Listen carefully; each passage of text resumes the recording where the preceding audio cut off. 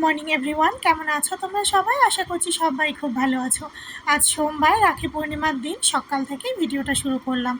বাইরেটা দেখো, আজ ঝিরি ঝিরি বৃষ্টি নেমেছে। সকালে কিন্তু একটু রোদ উঠেছিল, তো তারপরেই দেখছি এরকম হালকা হালকা বৃষ্টি শুরু হয়েছে। বৃষ্টি হয়েছে তো কি হয়েছে, কিন্তু ঘরে গরম একদমই কম নেই, জানো তো। আমার যেন একটু বেশিই লাগে। আমি তো একেবারে গরম পছন্দ করি না। তো কি করবো, এদের দেখলে তো হবে না। আমি আমার মতো ঘরের সমস্ত কাজকর্ম শুরু করে দিলাম।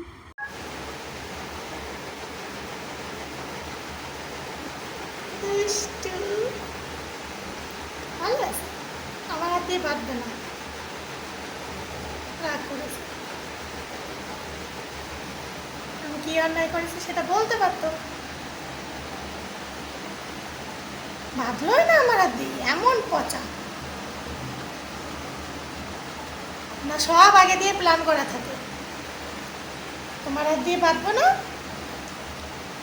আমি দাদা ভাইয়ের হাত দিয়ে বাঁধবো। খুশি হয়েছ দুষ্টু?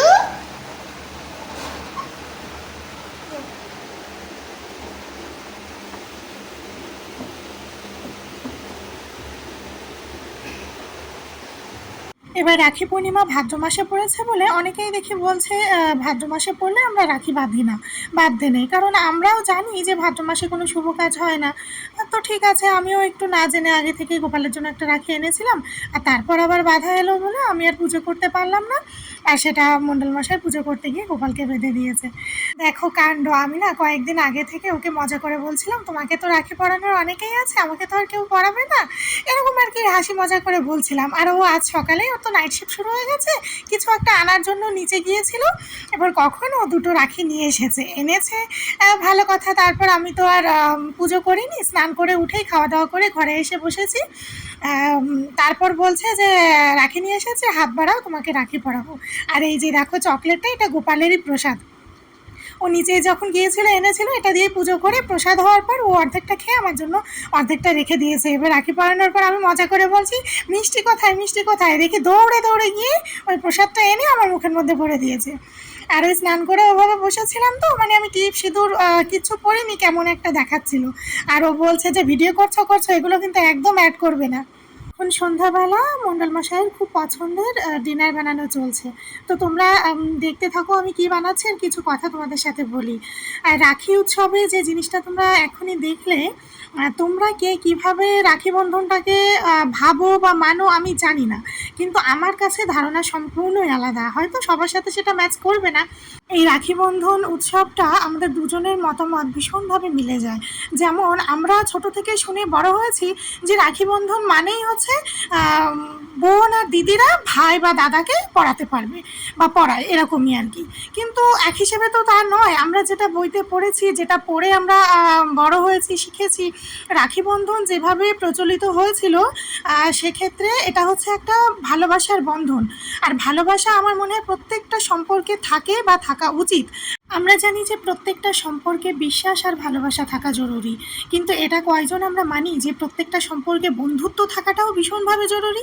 আর যদি বন্ধুত্বই না থাকবে, তাহলে তুমি তো কারোর সাথে ফ্রিলি মিশতেই পারবে না, মন খুলে কোনো কথা বলতেই পারবে না। আমি আর আমার হাজব্যান্ড যেমন মনে করি যে প্রত্যেকটা সম্পর্কে বিশ্বাস, ভালোবাসা আর বন্ধুত্ব থাকা প্রয়োজন, আর সেটা আমরা ভীষণভাবে রাখার চেষ্টাও করি।